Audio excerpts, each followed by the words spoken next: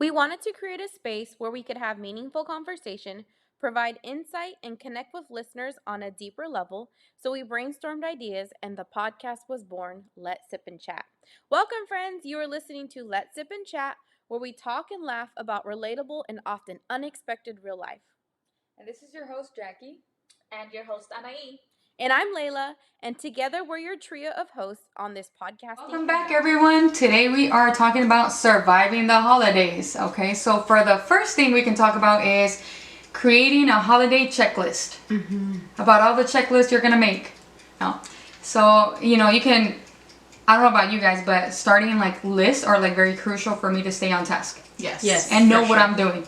Because, it's like a grocery list. You go to the store, you don't put it on the list, and then you go home and you bought everything else but the one thing you needed. She did. I was like, I was at the store yesterday, and I was like, I said I was going to bring snacks for us today, but it wasn't on the list. I forgot. If it's not on the list, you don't get it. It just doesn't make it in the cart. You don't remember. Or extra stuff. Extra stuff you start shopping for other stuff. But this is not on my list, and it's in the cart. I don't know if you guys do this, but I do that all the time. I'll go into the store without a shopping cart, so I can only take what I can carry. That doesn't always work out right, and sometimes it backfires. But creating lists. It took me a second to register what you said. I was picturing her carrying everything. Yeah, you guys don't do that. Like sometimes, yeah. I go into, like, let's just say you go to Marshall's or Burlington or Hobby Lobby, right? Just go in there with no basket, nothing, and just carry what you need. And then you're going to have to walk up to the check stand to basically get your cart or whatever. And at that time, you got to be like, do you really need a cart? Yeah. And then just pay for what you already have. Don't even go back there. I'll be like, trying to carry everything under my... You're pinky. You start buying everything you don't need. And then when you look at your receipt, you're like $200 in. Yeah. Like, how did that happen? It's true. But, just creating lists, one for the food, one for, what else, like the presents, things that you're going to need. Just organize yourself so that you're not... Household items you need. Yeah, you're not extra toilet paper, extra paper towels. Essentials. Yeah. Anything you need. Yeah. Entertaining utensils, plates, napkins, forks, stuff like that too. These lists are not just for reminding yourself of what you need, but it's for you to stay on budget. Yep. And not overspend. That's good. That's the goal. That's the goal. That is the goal. Yeah. Another thing that I personally like is having a list for the dinner shopping menu, and just like having that shopping list available. We are actually, just so you all know, going to have like that shopping list available for you to download on our social media platforms, as well as our cash envelope system that Jacky will be talking about a little bit later. But yes, having those shopping lists for meal planning is definitely helpful. It helps you stay on budget. And another thing, honestly, if you're just too tired right now, I know we had a long year, a busy year, we have busy schedules. You can order your meal. Like, you can order from Whole Foods, you can order from the Nugget, you can order from different places. Order from the Nugget, it is amazing. That's what thing to do. Yeah, like don't feel the pressure of I have to make this. I kind of want to try it one year. Yeah, honestly, that would be fun. The Nugget, like I don't know. I mean, it's down the street from my house, right? So it's like so accessible right there. But they got like the best stuff, like the best cakes, the best pies. Don't go there when you're hungry because you're gonna come out with a bunch of stuff. I went in there the other day. I came out with a broccoli soup. I had a lasagna on me because the lasagnas are amazing, by the way. I've never had their lasagna. Yeah, I haven't either. And then the pizza they be making. I'm like, I talked myself out of that one. But they have like chia pudding, oatmeal overnight. They just have everything. And if you go in there hungry, you're usually gonna want to take everything. And then they got the juice bar. Yeah, I like the juice bar. They should just like fund us because I'm over here promoting Nugget. Go to the Nugget. But I would definitely try it. So talk to us a little bit about your cash envelope system that you were explaining to us, because I definitely want to try and implement this too. So I'm going to get out some tips on the cash envelope, because I feel like there's so many videos and so many different things that you see out there. And just to let you guys know, like cash envelopes, all it is you're creating a budget for spending, right? Okay. And then you can either, some people like to get fancy and they get like those little binders that are this small, and then they label it and it's all sparkly. I just go to the Dollar Tree, get some envelopes and label them and use that. Okay. Right? So you don't even got to spend tons of money on that. But you got to decide on the amount of cash you're going to put aside for each category, which is like, let's just say for this is like your food, right? Either you're going to buy it or you're going to pay for it already made. Gifts, anything that you're going to use for this holiday season. And then you are in charge of creating the budget. So the budget could be different for everybody. You can put as little as like $25 for gifts, right? And then like $50 for the groceries. It just depends on what you want to do. Okay. But it really does help out because if you're doing it once a week, you know, especially if you work, let's just say you work like in the food industry at a bar, you're getting all those tips. Use those tips for that. Okay. You know, anything that gives you tips. Now, when is a good time to start this? Realistically. Honestly, the earlier the better, right? But like, who really starts planning like I don't know. I don't even start thinking of the holidays after the holidays. I'm like, okay, it's over. You know? But I mean, I would say at least give yourself like 4 or 5 months. If you're thinking of going big, like if you're getting big gifts, then, you know, like you're going to buy a freaking computer, then give yourself more times to accumulate that $1,000, right? Understandable. Yeah. But if you're going to start doing more like, so the goal is not to break the bank. Yeah, don't break the bank, you know? Or to stay out of credit card debt, like. Yeah, stay away from credit cards. That's going to haunt you later on during the year that you probably could have used for tires or maintenance on your vehicle. That is true. Because life things happen and we definitely need that emergency fund. Right. And then, I mean, I know a lot of people don't get paid in cash, right? Yeah. But you can pay me in cash. Right? Me too. I'll take it. Welcome.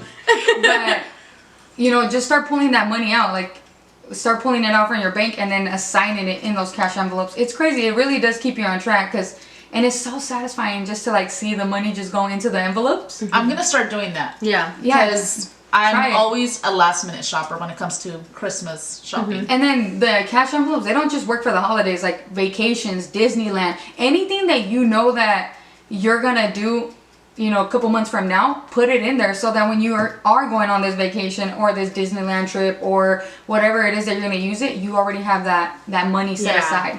Or even like tires, brakes, whatever you got going on for your car. I mean, that stuff is not cheap. No. I just got a quote for mine. It was like $480. I'm like, for some brakes? I just paid off my vehicle bill that I had because something went out on my car 2 months ago and I had to like pay little by little and I just paid that off. It's a lot. Like cars, maintenance, it's expensive. You know, and then it always happened when you're like, let's say you're already saving money and then bam. Right. You're saving that money for something completely different. Again. And it's like, oh, so it's a good tip to start saving. You can use them for anything, not just the holidays, but because the holidays around the corner, it's a good time to use them. And then like track your spending. These cash envelopes will let you track because you're going to, something about using a card, like when you use card, debit, credit cards, whatever it is, it's like, you don't feel that you're spending it. You're just swiping. You're not seeing the visual. But something about getting 100 crisp in your hand and you see the breaking of it and then all of a sudden it went from 100 to 80 to 60, it will pump the brakes on you.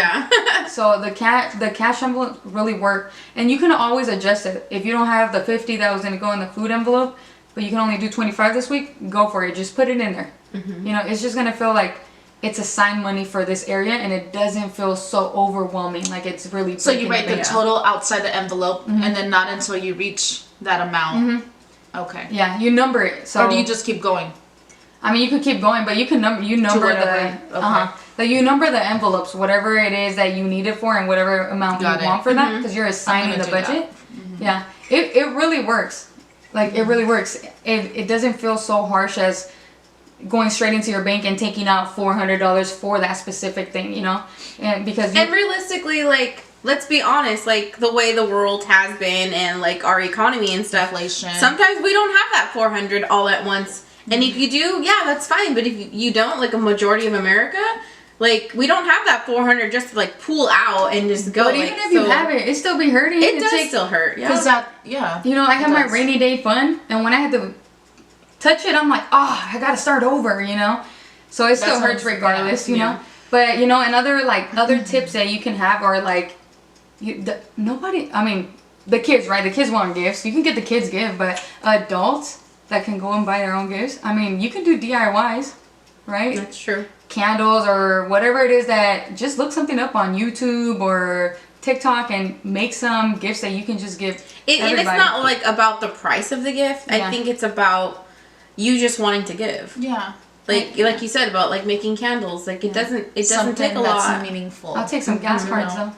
Gas cards. I think at this point anybody will take a gas Who card. wouldn't take like an AM/PM card right now at this point? Yeah. Another one that I think I really enjoy is like family gifts. Yeah. So if you know like that family has like 4 or 5 children and you want to get them a gift, but there's 4 or 5 children plus the parents, put together like a family game night basket. That's a good idea. That could be something fun. That way you're just doing one big basket for everyone. Then they can make something of that. So yeah, we can do things smart. like that. Yeah. I'll take that because you're the best at giving those gifts. I love giving gift baskets. And like decorating them, making them look cute. Just so you guys know, Leala is the best at making like, well, when you're playing games. Well, this one year we played this game where it was like this ball. What was it, like saran wrap? Yeah. Mm-hmm. And she just put like a bunch of things inside that ball and saran wrapped it. We were all going crazy because we all wanted to get the gifts. There was all good gifts, and at the end there was money, which was even better. That sounds fun. Yeah, it was fun. It was. It was like a big ball with a bunch of things do it. stuffed in there. Let's do it. The saran wrap. Yeah. We'll keep you all posted, and we'll show that to you when we play the game this Christmas. That was so Another thing too, though, don't shop on Black Friday. Okay. Why is that? Why is that? I used to work in retail, and the best times to shop is before Christmas or right after Christmas. After Christmas, all the sales are lower.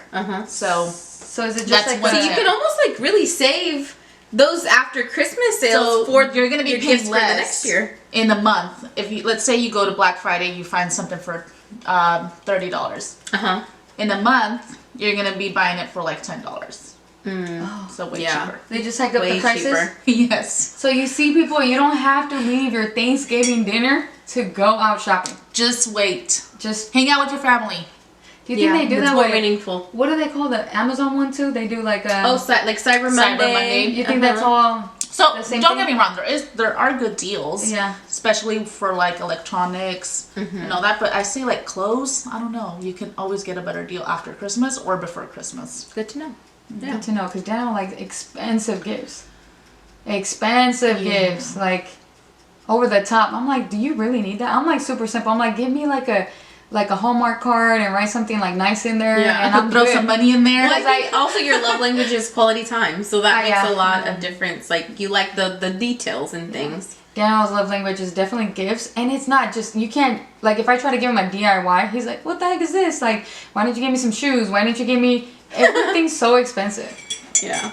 Yeah, he definitely, that's why I gotta do the envelopes, because he breaks the bank. Another thing that's helpful too for the holidays is like after Christmas, like buying your decor, like your decorations for the holidays, and like saving them for the next year. You know, another thing is like, how do you plan when you have multiple people coming, right? Because we're just alone, or there's like 11 of us, and everybody has other families that we're gonna go to and everything. So it's like planning around busy schedules. Like, how do you do that? I don't know about like with your guys' other families, but I like to use this app called Time Tree. It's free, and you can create like a bunch of different calendars, like to share with your spouse or friends if you guys like going out hiking or whatever it is. But I like to create one when it comes to the holidays, and then you can just share it with everybody that's gonna go there, so everybody can either upload notes, see what's going on, cool. or like whatever meal or dish they're gonna bring. Yeah. So there's more apps out there, but I want a free app. I don't want to spend money on a subscription. We want to save money during the holidays. Right. So we can definitely use that. Thank you for sharing that. So it's called Time Tree again. So that's a wrap. Stay tuned for next week's episode, where we will be chatting about being grateful and thankful. Don't forget to subscribe and leave us a review if you like what you heard. Your feedback keeps us going. And make sure to follow us on all your favorite social media platforms.